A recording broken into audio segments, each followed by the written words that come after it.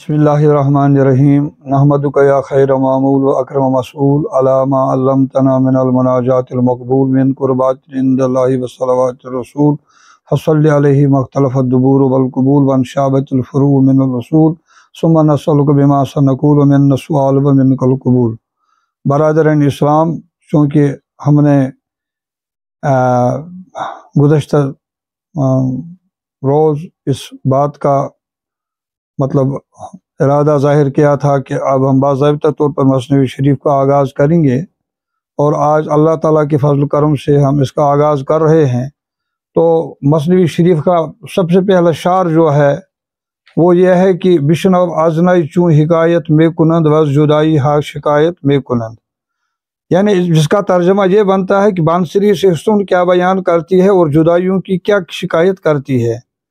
Cause نیستان تا عطا مرا بے برید اند، کہ جب سے مجھے بنسلی سے کاٹا ہے، از نفیرم مرد و زن نالید اند، میرے نالا سے مرد و عورت صبر ہوتے ہیں۔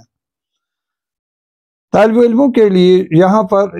یعنی جو سب سے بڑا پیچیدہ مسئلہ بن جاتا ہے، وہ یہاں پر ذرا پریشان ہو جاتے ہیں کہ مولانا رومی جیسے مفسر اور محدث، وہ ان کو علم حدیث پر بھی پورا عبور تھا اور علم تفسیر پر بھی پورا عبور تھا، اتنے بڑے شیخ نے اپنی کتاب میں سب سے پہلے بانسری کا تذکرہ کیوں کیا؟ کہ جہاں تک بانسری کا تعلق ہے، یہ تو آلات مزامیر میں سے ایک آلہ سمجھا جاتا ہے، اور حضور صلی اللہ علیہ وسلم نے فرمایا ہے کہ میں آلات مزامیر کو مٹانے کے لیے آیا ہوں۔ تو مولانا کو کیا مجبوری پڑی کہ انہوں نے اس محترم اور یعنی مقدس کتاب کا آغاز نائی کے قصے سے، یعنی بانسری سے اس قصے کا آغاز کیا ہے، کتاب کا آغاز کیا ہے۔ اور یہ بات سمجھنے کی ہے، جو اس مرحلے کو عبور کرے گا، جسے اللہ تعالیٰ اس بات کا حقیقی فہم نصیب فرمائے گا، اس کے لیے پھر مثنوی شریف کو سمجھنا آسان ہو جائے گا۔ تو اس سلسلے میں گزارش یہ ہے کہ یہ نائی کا قصہ سمجھنے کے لیے سب سے پہلے ایک انسان کو اس بات پر غور کرنا چاہیے کہ اللہ تعالیٰ کا تخلیق کے ذریعے سے یہ کیا منصوبہ ہے۔ اللہ تعالیٰ نے اگر انسان کو، زمین کو اور آسمان کو پیدا کیا، یہ اس کا اللہ کے یہاں یہ کیا، اللہ کا یہ کیا خاص منصوبہ ہے، اور اللہ نے یہ کیوں چاہا؟ چاہنے میں تو وہ کسی کا محتاج نہیں ہے، وہ جو چاہتا ہے کر بیٹھتا ہے، اور اس سے کوئی پوچھنے والا نہیں ہے، وہ سب پر غالب ہے اور اس پر کوئی غالب نہیں۔ اس لیے یہ بات بہت دلچسپی کے ساتھ سننے کے قابل ہے کہ اللہ تعالیٰ فرماتا ہے کہ ان اللہ لا یستحی ان یضرب مثلا ما بعوضۃ فما فوقها فاما الذین آمنوا فیعلمون انہ الحق من ربهم واما الذین کفروا فیقولون ماذا اراد اللہ بہذا مثلا یضل بہ کثیرا ویہدی بہ کثیرا، کہ اللہ تعالیٰ مچھر یا اس سے کسی گھٹیا جانور کی مثال دینے سے بھی نہیں شرماتا ہے۔ تو اور پھر خدا خود ہی فرماتا ہے فَأَمَّا الَّذِينَ آمَنُوا، اور جو صاحب ایمان ہوتے ہیں، فَيَعْلَمُونَ أَنَّهُ الْحَقُّ مِن رَبِّهِمْ، جب وہ اس مثال کی نزاکت پر، اس کے صحیح فلسفے پر، یعنی اس کے مدعا پر غور کرتے ہیں، فَيَعْلَمُونَ أَنَّهُ الْحَقُّ مِن رَبِّهِمْ، وہ سمجھتے ہیں کہ یہ حق مثال ہے اور رب کی طرف۔ أَمَّا الَّذِينَ كَفَرُوا، اور جو لوگ جن کے اندر کفر ہوتا ہے، فَيَقُولُونَ مَاذَا أَرَادَ اللَّهُ بِهَذَا مَثَلًا، تو وہ کہتے ہیں کہ اللہ تعالیٰ کو ایسی معمولی مثالیں بیان کرنے سے کیا مقصد ہے۔ یضل بہ کثیرا ویہدی بہ کثیرا، اور اللہ تعالیٰ ان مثالوں کے ذریعے سے کچھ لوگوں کو ہدایت کے راستے پر لاتا ہے اور کچھ لوگوں کو اللہ تعالیٰ گمراہ کرتا ہے۔ اسی طریقے سے جہاں تک نئی کا تعلق ہے، بنسری کا تعلق ہے، کچھ لوگ اس کو سرسری لیتے ہیں اور پھر ان کے دل میں کلام اور صاحب کلام کی وہ عظمت نہیں رہتی ہے۔ لیکن غور کرنے کا مقام یہ ہے کہ سوچنا چاہیے کہ اتنے بڑے عالم دین نے اپنی اس محترم اور مقدس کتاب کا تذکرہ بانسری سے کیوں کیا ہے، اور اس کے اندر کون سا فلسفہ چھپا ہوا ہے۔ تو جہاں تک اسلامی یعنی تعلیمات کا تعلق ہے، اور جہاں تک اللہ تعالیٰ کے منصوبہ تخلیق کا تعلق ہے، جو باتیں ہمیں قرآن اور حدیث سے معلوم ہوتی ہیں، دراصل صوفیاء کرام کے یہاں ایک ایک ایسی حدیث قدسی کے طور پر تسلیم کی جاتی ہے جس کے الفاظ یہ ہے کہ کنت کنزا مخفیا فاحببت ان اعرف فخلقت الخلق، کہ اللہ تعالیٰ فرماتا ہے کہ میں ایک پوشیدہ خزانہ تھا، پس میں نے چاہا کہ میں پہچانا جاؤں اور اس خزانے سے میں میری مخلوق کو کچھ فائدہ پہنچے، تو میں نے اسی لیے بندوں کو پیدا کیا۔ من کردم خلق تاسودے کنم، میں نے لوگوں کو اس لیے پیدا نہیں کیا ہے تاکہ میں ان سے کوئی نفع حاصل کروں، بلکہ تابر بندگان جودے کنم، بلکہ میرا تو یہ ارادہ ہے کہ میں ہی ان بندوں پر جود و کرم کروں۔ غور کرنے کا مقام ہے کہ سب سے پہلے انسان کو اس بات پر غور کرنا چاہیے کہ انسان مٹی سے پیدا کیا ہے، پھر جب تخلیق عالم کا سلسلہ اللہ تعالیٰ نے چلایا تو ایک انسان سے دوسرے انسان کو پیدا فرماتا ہے، تو یعنی معمولی پانی کے قطرے سے پھر اللہ تعالیٰ فرماتا ہے کہ میں نے ان بندوں کے لیے جن کو میں معمولی یعنی مٹی سے اور معمولی پانی کے قطرے سے پیدا کرتا ہوں، ان کے لیے ایسی نعمتیں تیار کر رکھی ہیں جن کو کسی آنکھ نے دیکھا نہیں ہے، جن کی تعریف کسی کان نے سنی نہیں ہے۔ تو یہ تو اللہ تعالیٰ، یہ تو احادیث میں یہ بات اتنی مشہور ہے کہ اہل علم کے لیے یعنی وہ سب یہ جانتے ہیں اور یہ باتیں فرماتے ہیں، خود بھی جانتے ہیں اور لوگوں کو بھی ان باتوں کی تلقین کرتے ہیں، فرماتے ہیں کہ لہذا یعنی اللہ تعالیٰ کو ہماری پیدائش سے اپنا کوئی ذاتی مقصد نہیں ہے، بلکہ اللہ تعالیٰ یہ چاہتا ہے کہ وہ جو ایک چھپا ہوا خزانہ تھا، اس خزانے سے میں ایسی مخلوق پیدا کروں جن کو میری رحمت سے کافی فائدہ پہنچے، میرے فضل و کرم سے کافی فائدہ پہنچے۔ تو پھر اللہ تعالیٰ سب اہل ایمان مانتے ہیں کہ اللہ تعالیٰ نے حضرت آدم کو جنت میں داخل کیا اور وہ آدھے دن تک وہاں پر رہے۔ آدھے دن سے مراد دنیا کا آدھا دن نہیں ہے، آخرت کے اعتبار سے، وہاں کے اعتبار سے ہمارے 1000 برس کے برابر ایک دن ہوتا ہے، اور 500 سال حضرت آدم علیہ السلام جنت میں رہے، نصف دن تک وہ جنت میں رہے۔ تو حضرت آدم 500 برس کا عرصہ بھی کوئی معمولی عرصہ نہیں ہے، یہ بھی ایک کافی لمبا چوڑا عرصہ بن جاتا ہے۔ تو پھر حضرت آدم کو ایک واقعے کی بنیاد پر وہ جو قرآن کریم میں بھی آیا ہے کہ اللہ تعالیٰ نے اس سے جنت کے اندر ہر چیز کھانے کی اجازت رکھی تھی، لیکن ایک درخت کے قریب جانے کی مطلب فرمایا اس کے قریب بھی نہیں جانا۔ تو کسی وجہ سے انسان یعنی الانسان مرکب من السہو والنسیان، انسان بھول چوک کا پتلا ہے، تو بھول چوک کی وجہ سے حضرت آدم علیہ السلام وہ دانہ کھا گئے،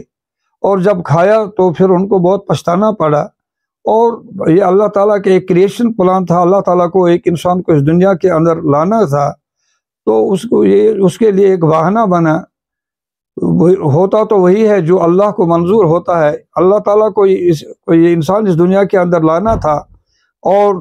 لہذا حضرت آدم نے جنت کی وہ ساری نعمتیں دیکھی ہیں، اور پھر جب اللہ تعالیٰ نے آدم علیہ السلام کو جسم عطا کیا، اور جسم عطا کرنے کے ساتھ ساتھ اس کے اندر ایک روح بھی پھونک دی، وہ روح اور جسم اس دنیا کے اندر، اور انسان کی اصل جو ہے وہ اس کی روح ہی ہے، تو وہ روح اس دنیا کے اندر پہنچی، اللہ تعالیٰ نے اس کو اس دنیا کے اندر بھیجا، تو یہ روح اس دنیا کے اندر بے قرار ہے، کیونکہ یہ روح اپنی اصل سے کٹ گئی۔ اس کا اصل مسکن اللہ نے جنت کو بنایا تھا، اور حضرت آدم نے جنت کی ان نعمتوں کو دیکھا اور ان سے وہ محظوظ بھی ہو گئے۔ 500 سال کا عرصہ بھی کوئی معمولی عرصہ نہیں ہوتا ہے، نصف دن آخرت کے اعتبار سے، جنت کے اعتبار سے 500 سال وہ جنت میں رہے۔ تو جب وہ اس دنیا کے اندر پہنچ گئے، اور چونکہ وہ ایک اعلیٰ قسم کی نعمتیں کھا کر اس دنیا کے اندر پہنچا، اور یہ انسان کا گٹھاو تھا کہ اس کو اس دنیا کے اندر بھیجا گیا، حالانکہ اس کے اندر کچھ اپنے اسرار چھپے ہوئے ہیں جو انشاءاللہ تعالیٰ میں نے مناسب وقت پر بیان کیے جائیں گے۔ تو مولانا فرماتے ہیں کہ اب اس دنیا کے اندر انسان کی روح بے قرار ہے، اور انسان روتا ہے تاکہ وہ اپنے اصل مقام تک پھر پہنچ جائے. تو وہ انسان جنت سے اس دنیا کے اندر آیا ہے اور جنت تک پہنچنے کے لیے انسان کی روح اس دنیا کے اندر بے قرار ہے، تڑپ رہی ہے. تو لہٰذا مولانا فرماتے ہیں بشنو آزنا چوں. اب اس آدم کے قصے کو حضرت رومی رحمۃ اللہ علیہ نے نئی بنسری کے ساتھ جوڑا ہے. بنسری جس جگہ سے کاٹ کر لائی جاتی ہے اسے نیستان، مولانا نے اس کے لیے نیستان کا لفظ یعنی استعمال کیا ہے، یعنی جہاں پر یہ بنسری کی پیدائش ہوتی ہے، جہاں سے اس کی لکڑی کاٹ کر اور اس پر کچھ محنت کر کے اس کو بنسری کا روپ دیا جاتا ہے. مولانا فرماتے ہیں کہ یہ بنسری کی آواز میں اس کی آواز اتنی دلکش ہے اور لوگوں کو رلا دینے والی آواز ہے، اور اس کا بنیادی سبب یہ ہے کہ یہ رو رہی ہے کہ جب سے مجھے نیستان سے کاٹا گیا تب سے میں اس دنیا کے اندر نالہ وزاری میں مشغول ہوں، اور میرے رونے سے میں خود بھی روتی ہوں اور لوگ بھی روتے ہیں. اچھا، قد نیستان تامرا ببرید اند از نفیرم مرد زن نالید اند، کہ جب سے مجھے بنسلی سے یعنی میرے اصلی مسکن سے جب سے مجھے کاٹ کر لایا گیا تو میرے نالوں سے مرد اور عورت سب روتے ہیں. سینہ خواہم شرح شرح از فراق تا بگویم شرح درد اشتیاق، میں ایسا سینہ چاہتی ہوں جو جدائی سے پارا پارا ہو تاکہ میں عشق کے درد کی تفصیل سناؤں. ہر کسی کو دور ماند از اصلی کھیش، جو کوئی اپنی اصل سے دور ہو جاتا ہے. بعض جوید روزگاری وصل کھیش، وہ اپنے وصل کا زمانہ پھر تلاش کرتا ہے. یعنی انسان پھر وصل کا زمانہ تلاش کرتا ہے. انسان اس دنیا کے اندر اس لیے بے قرار ہے کہ اس کی آنکھوں نے جنت کی جو نعمتیں دیکھی ہیں، ابھی انسان ان نعمتوں کو دوبارہ حاصل کرنے کے لیے دنیا کے اندر سرگردان ہے اور پریشان ہے. لہذا انسان کو اسی لیے اس دنیا کے اندر حقیقی چین نصیب نہیں ہوتا ہے، اور اس کو حقیقی چین، آرام اور سکھ اسی دم نصیب ہو جائے گا جس دم یہ پھر جنت میں پہنچے گا، جہاں پر اللہ تعالیٰ نے اپنے بندوں کے لیے وہ نعمتیں تیار کر رکھی ہیں جن کو کسی آنکھ نے نہیں دیکھا ہے، جن کی تعریف کسی کان نے نہیں سنی ہے، جن کی تعریف ابھی کسی زبان سے نہیں مکمل طریقے سے نکلی ہے. تو اس لیے یہ نئی جو ہے، یہ بنسری جو ہے اپنی حکایت خود بیان کرتی ہے. ہر کسی کو دور ماند از اصلی کھیش، جو کوئی اپنی اصل سے دور ہو جائے، جیسے میں اپنی اصل سے دور ہو گئی ہوں. بعض جو ید روزگاری وصل کھیش، وہ اپنے وصل کا زمانہ پھر تلاش کرتا ہے. یعنی بنسری بھی اسی طریقے سے چاہتی ہے کہ میں پھر جنت میں، انسان کی روح اس بات کی طالب ہے کہ انسان پھر جنت میں پہنچے. من بہر جمیت نالا شدم، میں ہر مجمع میں روئی جفت خوش حالم بد حالہ شدم، خوش اوقات اور بد احوال لوگوں کے ساتھ رہی. ہر کسے از ظن خود شد یاری من وز درون من نجست اسرار من، لیکن ہر ایک شخص مجھے اپنے انداز سے اس دنیا کے اندر، اس گانے والے مجھے گانا بجانے میں مجھے استعمال کرتے ہیں. میں نے کشمیری میں اس کا ایک تحت لفظ ترجمہ منظوم طریقے سے کیا تھا. میں نے اس میں یہ لکھا ہے، ہر کسے از ظن خود شد یاری من وز درون من نجست اسرار من. یعنی نئی کیا کہتی ہے؟ نئی یہ کہتی ہے ہر شخص اپنے خیال کے مطابق میرا یار بنا، وز درون من نجست اسرار من، اور میرے اندر سے میرے رازوں کی جستجو نہ کی. یعنی میں نے اس کا یہ ترجمہ کیا ہے، پنہ آئے چھی بنا لک یار مین کشنو سنڈ اندرم اسرار مین. یعنی لوگ اپنے اعتبار سے گانے والے مجھے اپنے انداز سے استعمال کرتے ہیں، گانا بجانے والے، اور قوال مجھے اپنے طریقے سے استعمال کرتے ہیں، لیکن میرے رونے کے فلسفے کی اصل تک اس دنیا کے اندر کوئی نہیں پہنچتا ہے. اور وہ کیسے پہنچے گا جب تک اس کو صحیح راہبری نہیں کی. اس کے بعد جو قصہ آنے والا ہے اس میں مولانا رومی رحمۃ اللہ تعالیٰ علیہ یہ فرماتے ہیں کہ کیسے ایک انسان کو اپنی اصل تک رسائی حاصل ہو جائے گی. وہ تب تک ہرگز نہیں ہو جائے گی جب تک ایک انسان کو کوئی رہبر نہ ملے، کوئی پیر یا مرشد نہ ملے. تو انشاءاللہ تعالی اسی نئی کے قصے کے ساتھ ہی وہ قصہ بھی آ رہا ہے، وہاں پر ہماری سمجھ میں یہ بات آئے گی ٹھیک طریقے سے کہ مولانا رومی رحمۃ اللہ علیہ نے نئی سے اپنی کتاب کا آغاز کیوں کیا ہے، بنسری سے اپنی کتاب کا آغاز کیوں کیا ہے. اصل میں انسان کے اندر، اس دنیا کے اندر جو بے قراری پائی جاتی ہے، چاہے انسان کو کتنی دولت ملے یا آرام آسائش کتنی چیزیں بھی ایک انسان کو میسر کیوں نہ ہو جائیں، لیکن اصل مسئلہ یہ ہے کہ انسان کو تب تک حقیقی سکون اور چین حاصل نہیں ہو سکتا ہے جب تک انسان اپنے اصل تک نہیں پہنچے۔ یعنی جو باری تعالیٰ کا منشا تھا کہ اللہ تعالیٰ نے انسان کے لیے جنت بنائی ہے، انسانوں کے پیدا کرنے سے پہلے جنت بنائی ہے، جیسا کہ روایتوں سے بھی اس بات کی تائید ہوتی ہے۔ تو اللہ تعالیٰ نے لہذا جب انسان اپنے اصل سے کٹ گیا، اسی لیے انسان کے اندر، دنیا کے اندر بے چینی پائی جاتی ہے، اور اس بے چینی کے اندر یعنی انسان دن رات روتا رہتا ہے، دعائیں مانگتا ہے، اور خلاصہ اس ساری محنت کا یہ ہے کہ انسان اپنی اصل تک، یعنی کیونکہ جب کوئی اپنی اصل سے کٹ جاتا ہے تو وہ اپنی اصل تک پہنچنے کی ہی کوشش کرتا ہے۔ تو اس لیے فرماتے ہیں کہ ہر کرا جامع ز عشق چاک شد اوز حرص و عیب کلی پاک شد، جس کا جامع عشق کی وجہ سے چاک ہوا وہ حرص اور عیب سے بالکل پاک ہوا۔ اور اب انسان کی یہ آہ زاری اور نالہ و فریاد جو اس دنیا کے اندر ہے، وہ بہرحال اسی لیے ہے تاکہ انسان اپنی اصل تک رسائی حاصل کر سکے، انسان پھر جنت میں پہنچ جائے۔ تو اس سلسلے میں یعنی مولانا رومی نے نئی حدیث راہی پرخون میں کنند قصہائے عشق مجنون میں کنند، یہاں پر مولانا رومی رحمۃ اللہ علیہ نے مجنون کا نام، مجنون کے عشق کی طرف اشارہ کیا ہے۔ مجنون کا عشق کیا تھا؟ چنانچہ ایک قصہ بیان کیا گیا ہے، وہ بھی غالباً مثنوی شریف میں ہی کہیں پر ہے، یعنی پائی سگ بوشید مجنون خلق گفتہ این چبود گفت این سا گاہ گاہے کوئی لیلا رفت بود۔ لوگوں نے ایک دفعہ کہ مجنون ایک کتے، یعنی مجنون ایک کتے کے پاؤں کو چوم رہا ہے، لوگوں نے مجنون سے کہا ارے مجنون تجھے کیا ہوا ہے کہ تو ایک کتے کے پاؤں کو چوم رہا ہے؟ تو مجنون نے کہا کہ گفت این سا گاہ گاہے کوئی لیلا رفت بود، چونکہ مجنون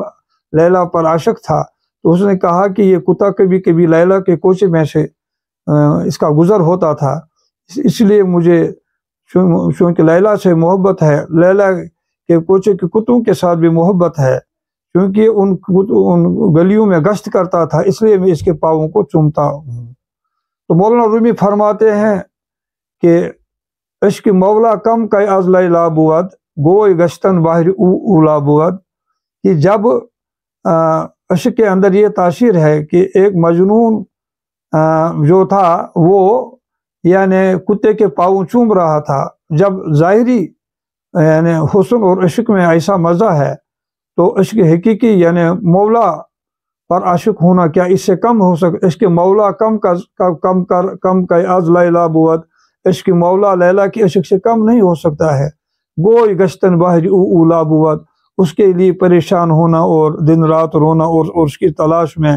جستجو کرنا یہ تو زیادہ بہتر ہے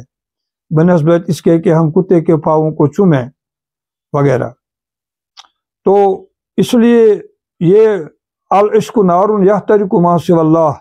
عشق ایک ایسی آگ ہے جو اللہ کی ذات کے بغیر ہر چیز کو جلا دیتی ہے۔ اس لیے اس میں عشق و محبت کی طرف بھی مولانا رومی رحمۃ اللہ علیہ نے کچھ اشارے کیے ہیں، اس لیے وہ فرماتے ہر کرا جامع عشق، جس کا جامع عشق کی وجہ سے چاک ہوا ہے، اوز حرص و عیب کلی پاک شد، پھر اس کو وہ حرص اور عیب سے بالکل پاک ہوا، وہ ظاہری چیزوں کی طرف پھر متوجہ نہیں ہو جاتا ہے۔ پھر اس عشق کی تعریف مولانا فرماتے ہیں شاد باش آئے عشق خوش و دائمہ، خوش رہ ہمارے اچھے جنون والے عشق، اے طبیب جملہ علت ہائمہ، اے ہماری تمام بیماریوں کے طبیب، اے دوائے نقوت و ناموسمہ، اور یہ امر کے تکبر اور عزت طلبی کی دوا، اے تو افلاطون جالینوسما، اے کہ تو ہمارا افلاطون اور جالینوس ہے،